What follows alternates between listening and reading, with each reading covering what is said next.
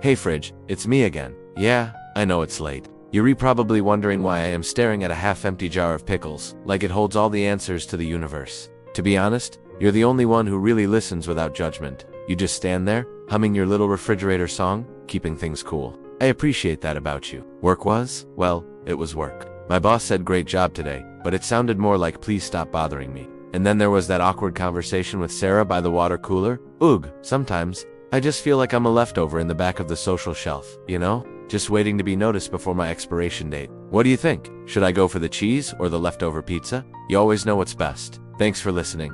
You're a real one. See you in the morning.